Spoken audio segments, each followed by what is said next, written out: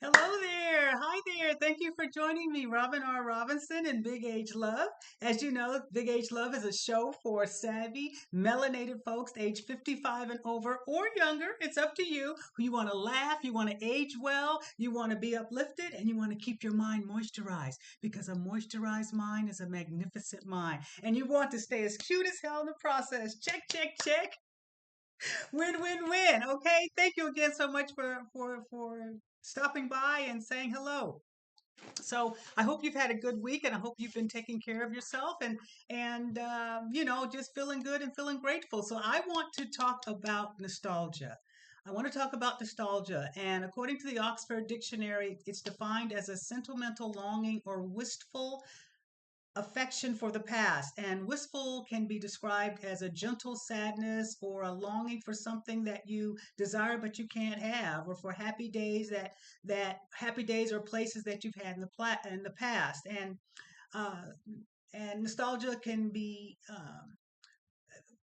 evoked by all kinds of memories. And for me, the memory that evokes a lot of nostalgia for me is the smell of freshly cut real grass, not the artificial stuff, but the real grass. It would take me back to when I was a little girl, about 10 or 11 years old, in the summertime, and the late Saturday afternoons, and our grass had just been cut. And I just remember feeling so safe and loved, and loving the grass being cut, and the house looked so good from the front, and I just felt good. And the sound of the maybe music playing, my mom playing some Aretha Franklin or Bobby Blue Bland, and just the grass being cut, and it was wonderful, and I just felt fabulous and so safe and loved. So um, that's one thing that nostalgia perks up in me. And another one is maybe a song that you've heard when you were going through out having your first crush.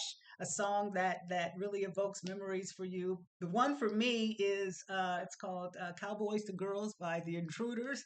Okay. That was my jam. I just love the singers. He had this pleading, kind of raspy, please baby, baby, baby, please, cool breeze, magnetic kind of vibe to his voice, and I just loved it. And I was going through my first crush right then, and I just loved that song. But I never knew what a baby coach was. Okay, baby coach. Now, at first I thought he was saying a baby coat. And I'm thinking, why do I need a baby coat? And then I looked it up in the dictionary, because back in the day there was dictionaries before there were phones. Okay, so I looked it up in the dictionary, and it said a baby coach, and it's a term from the what, Chesapeake Bay and Eastern Pennsylvania. I'm from Cali, so I didn't know. I didn't know, but I figure baby coach being a baby stroller. The word stroller is kind of hard to rhyme with. Until you got your first baby stroller. That doesn't roll off the tongue like baby coach. So, baby stroller, baby roller, baby baller, baby shot caller. Okay, none of it worked. None of it worked. But anyway, focus. I wasn't into dolls anyway. I wasn't into dolls. You give me some puzzles, a board game, books, a bike, an etch a sketch, a easy bake oven. I was good. Okay, so I didn't care about dolls. I wasn't interested in dolls, but I loved his voice. Okay, all right. So anyway, that was it. Every time I hear that song, I think about hide and go get it, and God, that was terrible. And my first crush. But anyway, tell me about what some of your songs are that make you reminisce about your first crush, or something, not your first crush, something that really, a song really evokes fabulous memories for you. I'd love to hear about it. So put it in the chat, okay? I'd love to hear about it. Maybe talk about it in an upcoming video. So, okay, so this past weekend I went down memory lane. Okay, I went down memory lane, and I saw uh, the Temptations. Ain't nobody coming to see you, Otis. And then I saw the Five Heartbeats, and my goodness, Leon Robinson, my God, he was like a completely entire dark chocolate snack with caramel in the middle. I mean, my Lord, today. So anywho, let's focus, Robin. So when I was in the entertainment industry back in the day, I used to have a big old crush on Robert Townsend, the director of The Five Heartbeats, but he wasn't feeling me. He wasn't feeling me. No, he wanted someone who was a lot less melanated, okay? And other words, he wanted someone light skinned. So, but that's okay. That's okay. He wasn't feeling me. Whatever. Oh well, whatever. It's his thing. Do what he want to do.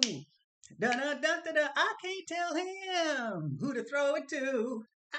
So there was also another guy in the Five Heartbeats who, uh, the one who almost got thrown off the ledge, Roy Fagan, and he was really, really sweet. We were in a student film together, a UCLA student film together back in the day, and he was always so nice and polite and really, really cool. And it was obvious he had good home training. I really liked him a lot. So but the guy who played Big Red in Five Heartbeats, Hawthorne James, the big guy, hair is always moving around like Cab Calloway.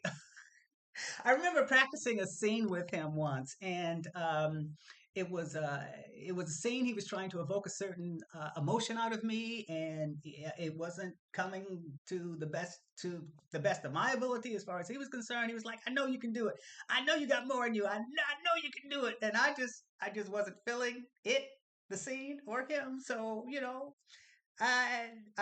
wasn't an audition or anything. It just was a scene that we were working on that he wanted me to work on with him or whatever, and I just wasn't feeling it. Evolution, and thank God for maturation. But I wish him well. I haven't seen him since then. I wish him well. Wish him good tidings for him and his kin. All right, right on. But but it's all good. But it's all good. But on the serious tip, we have to be careful about staying ensconced in nostalgia because we can't allow it to envelop us or take over our present lives because it will tend to do that, and uh, it'll make us very, very depressed and make us feel as though we aren't doing what we should be doing, and then that slithering um, uh, comparison factor will creep in, and we don't want that. I talked about that last week. Comparison is the thief of joy, and we cannot start comparing things or what we've done or we just can't do it. And sometimes if you stay locked in nostalgia and always reminiscing about that and just thinking about the good old days, then you're not going to go forward. You're just going to be stuck like you're sitting in a pool of molasses, and that's not okay on a lot of levels. So you know what, so it's a very, very, very important that we avoid that, and that we keep looking forward and keep working on our progress and keep doing the things that we should do to be better. So and reminiscing, however, is good. It's very good. It's healthy to see where we've gone and see what we've achieved, and to be grateful for those things. That kind of thing is good to reflect and to think about the things that we've had good successes and outcomes in our lives. That's very, very good. We just can't stay stuck in the past. We can't stay stuck in the 80s, the 90s, or even the early aughts. The early aughts or the early 2000s. We can't do that. It's not a good look. So because time is flying by faster than a sister or a brother with a weave on a very fast roller coaster. Okay, Virgin Remy is out of here. Okay, if you're not careful. So I'm hoping that these next five affirmations that I've come up with will help you to focus on what's important as far as or what should be more important going forward as opposed to in the past. Okay, um, the first one is actually, let me back up. What's important is the forward window, the passenger window. It's big. It's bigger than the rear view mirror for a reason. The rear view mirror is in the past, and we don't need to be dwelling on that or concentrating on that. That's why the rear view mirror is so small. We want to concentrate on the big picture, which is the driver's window. Okay, so the first one is nothing in this life is personal, permanent, or perfect. Period. Nothing. You got to learn from it. Number two, you got to learn from it. You got to let it go, and then you got to live. Learn from it, let it go, and live. It's an experience. It's part of the patina of your soul and making you the person that you are going to be. If it's smooth sailing all the way, what are you going to learn? How are you going to realize the mistakes that you've made and then carry on? Number three, run your own race. Run your own race. It's your race, baby Bubba, nobody else's. You got to run your race. You got to strap on those shoes and those workout clothes and run that race. Nobody else can run a race for you. They can cheer you on, they can give you snacks, and they can give you water as you're traversing, but they cannot run it for you. Okay? So, number three, run your own race. Number four, it gets greater later. It really does. Sometimes it feels as though it doesn't, but it does. It gets greater later. Just think about what 6 months ago where something happened that you just thought was the end of the world, and look at it now. It's not as impactful. Things get better with time. Situations get better with time. Sadness gets better with time. Wounds get better with time. You know. And number five, the difference between try and triumph is umph. That little umph. So just think about that. And that's what you want to look forward to, and to be the best that you can be. We're all just trying to hang in there, and try not to let fresh hell envelop us and make us sad and make us cower. We have to stay strong. Okay, so I'm going to jump off. I want to thank you again for listening to Big Age Love with Robin R. Robinson. Please continue to like and subscribe, please, and share. And I really appreciate you. I appreciate you taking time out of your very busy day or night or morning or whatever to spend some time with me. And please suggest topics, episodes that you would like to see. Put them in the chat. I appreciate you so very very much. You're gorgeous. You're fabulous. Stay that way, okay? Stay healthy. Stay kind. Stay grateful and be well. Be happy. Be blessed. Take care of yourself, okay?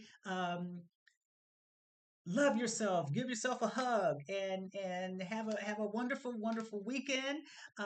And I hope to see you next week, God willing, and the creek don't shine. So take good care and stay your fabulous self. And again, thank you so much for stopping by Big Age Love with Robin R. Robinson. You guys are the best. I'll talk to you real soon. Okay, take it easy now.